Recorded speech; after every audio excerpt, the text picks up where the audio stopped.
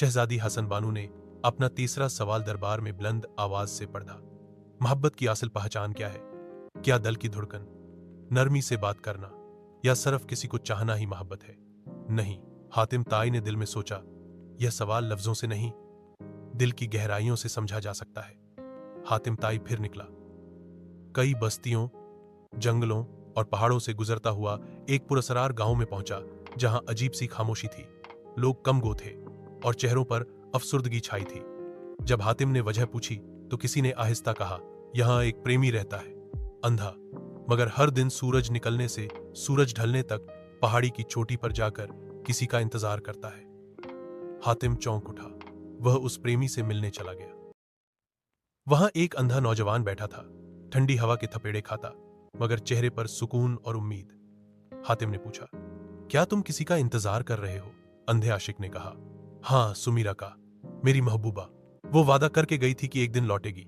मैं देख नहीं सकता, मगर मेरी मोहब्बत देख सकती है। हातिम हैरत से बोला, कितने दिन से? वह बोला, 6 साल हो गए, मगर मैं जानता हूं वह जरूर लौटेगी। हातिम का दिल हिल गया। उसने गांव वालों से तहकीक की तो पता चला कि सुमीरा को जालिम सिपाहियों ने गुलाम बनाकर दूर मुल्क बेच दिया था। कोई नहीं जानता वह जिंदा है या नहीं। हातिम ने फैसला किया कि वह सुमेरा को तलाश करेगा। वह कई दिनों तक सफर करता रहा, काफिलों से पूछा, बादशाहों के दरबारों में गया, यहां तक कि एक शहर के बाजार में एक जवान लड़की देखी जो कैदियों में बैठी थी। वही सुमेरा थी। हातिम ने फौरन उसे रिहाई दिलाई और उसे गांव ले आया। जैसे ही अंधे आशिक ने उसकी आहट सुनी, उसके चेहरे पर रोशनी आ गई। वह बोला, मुझे कहा था तुम जरूर आओगी। सुमीरा आंखों में आंसू लिए उसके करीब आई और कहा, तुमने आंखों से नहीं, दिल से मुझे पहचाना।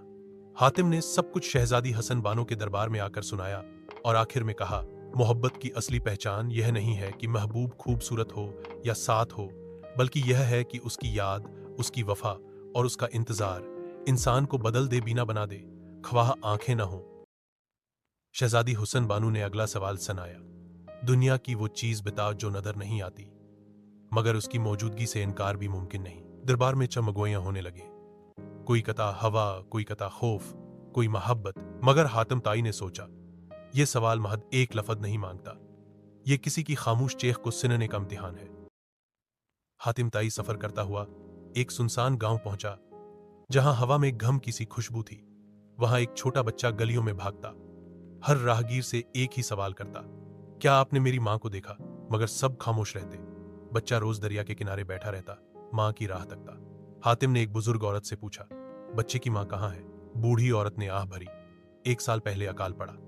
उसकी मां ने अपना आखिरी निवाला उसे खिला दिया और खुद खामोशी से दुनिया से चली गई। बच्चे को किसी ने बताया ही नहीं। वह आज भी समझता है कि मां कहीं गई है और लौटेगी। हातिम ताई सफर करता हुआ एक सुनसान गांव पहुंचा, जहां हवा में गम की सी खुशबू थी।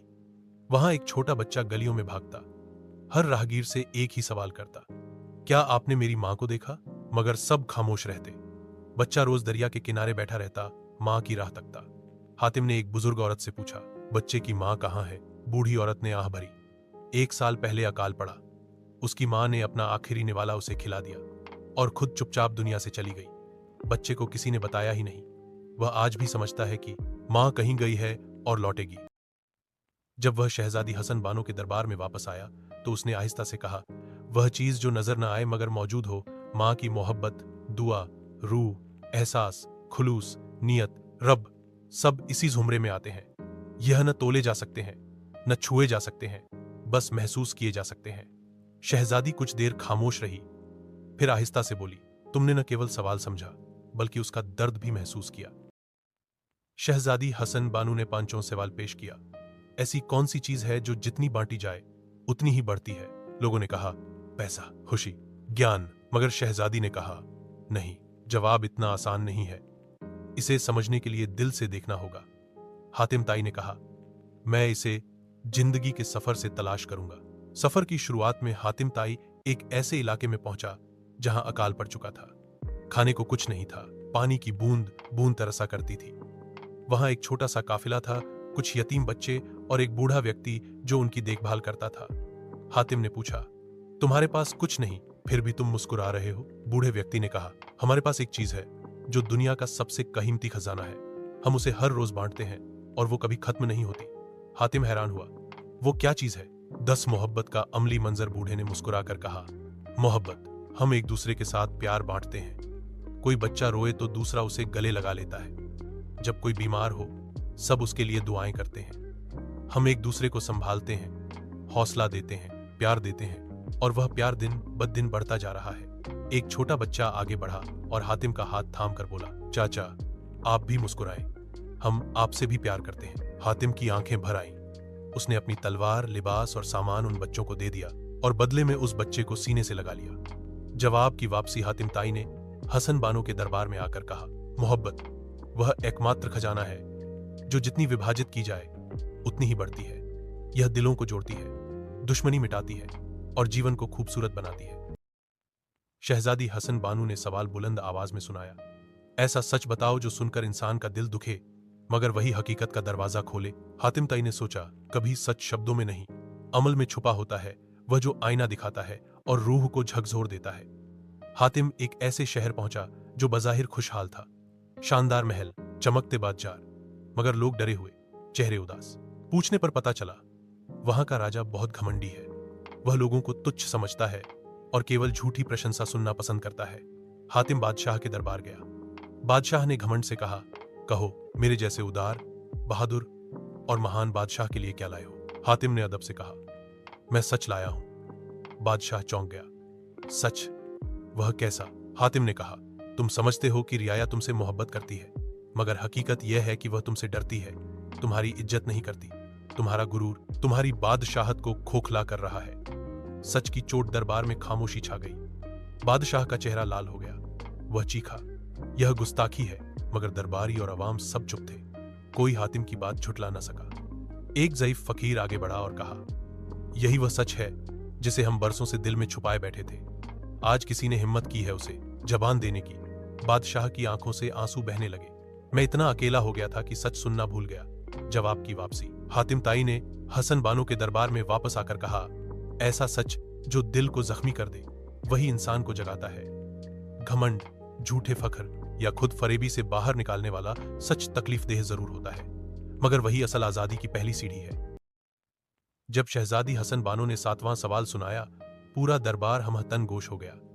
जिंदगी की असल हकीकत क्या है? यह सवाल सादा लगता था, मगर इसमें कायनात का राज छुपा था। हातिम ताई ने गहरी सांस ली और जिंदगी की तलाश में रवाना हो गया। ना इल्म की किताबें, न फलसफे, बल्कि लोगों की जिंदगियों से सीखने। इच पहला दृश्य। शाही महल में मातम। हातिम एक शहर में पहुंचा जहां एक नौजवान शहजादे का इंतकाल हुआ था। बादशाह घम से निढाल था, मेरा बेटा मर गया, अब जिंदगी बेमानी लगती है। हातिम ने महसूस किया कि जिंदगी की हकीकत मोहब्बत का फानी होना भी है। दूसरा दृश्य। दरवेश का फिराकत। दूसरे स्थान पर एक फकीर की कब्र के इर्द गिर्द लोग रो रहे थे। वह शख्स दुनिया का कुछ न था, मगर सबके दिल में बसा था। एक नौजवान ने कहा, बाबा जी ने कभी किसी का दिल नहीं तोड़ा, उनकी दुआएं सबके लिए थीं। हातिम ने समझा कि असल जिंदगी वह है जो मरने के बाद भी दिलों में बाकी रहे। आखिर में हातिम एक पहाड़ी गांव में पहुंचा जहां सब लोग सादा जीवन गुजार रहे थे। कोई लालच न था, कोई घमंड न था। सब एक दूसरे की मदद करते और हर शाम शुक्र अदा करते। एक बूढ़ी औरत ने कहा, बेटा, जिंदगी का राज दौलत या शोहरत में नहीं, बल्कि एक दिन ऐसा जीने में है जो दूसरों के चेहरों पर मुस्कुराहट लाए। जब हातिम दरबार वापस आया तो उसने कहा, जिंदगी एक लम्हा है जो कभी मुस्कुराहट में, कभी कुर्बानी में, कभी जुदाई में छिप जाता है। इसकी असली हकीकत यह है कि हम दूसरों के लिए जिए। मरने के बाद याद रहना जिंदगी की असली कामयाबी है। शहजादी हसन बानू ने खामोशी से सर झुकाया और पहली बार आंखों में नमी के साथ कहा, तुमने हर सवाल का जवाब न सिर्फ ढूंढा बल्कि इससे जाया भी। शहजादी हसन बानू ने ऐलान किया कि वो अपने दल की सुल्तनत हातिम ताई जैसे सुच्चे और दर्दशनास इंसान के सपर्द करेगी। यो सवालों के सफर ने सिर्फ एक मामा हल नहीं किया, बल्कि 2 दलों को भी मला दिया। जब हातिम ताई तमाम जवाबात लेकर हसन बानू के दरबार में पहुंचा तो वो बहुत मुताथर हुई। उसने पूछा, क्या आप खुद मुझसे शादी करना चाहते हैं? हातिम ने मुस्कुराकर कहा, नहीं, मैं तो सिर्फ एक आशिक का पैगाम लाया हूं, मंसूर का। यह सुनकर हसन बानो की आंखों में आंसू आ गए। वह बोली, आपने जो किया वह किसी आशिक से बढ़कर है, मगर सच तो यह है जो मोहब्बत कुर्बानी देती है वही सच्ची होती है। उसने मंसूर से शादी स्वीकार कर ली और हातिम ताई चुपचाप वापस चले गए।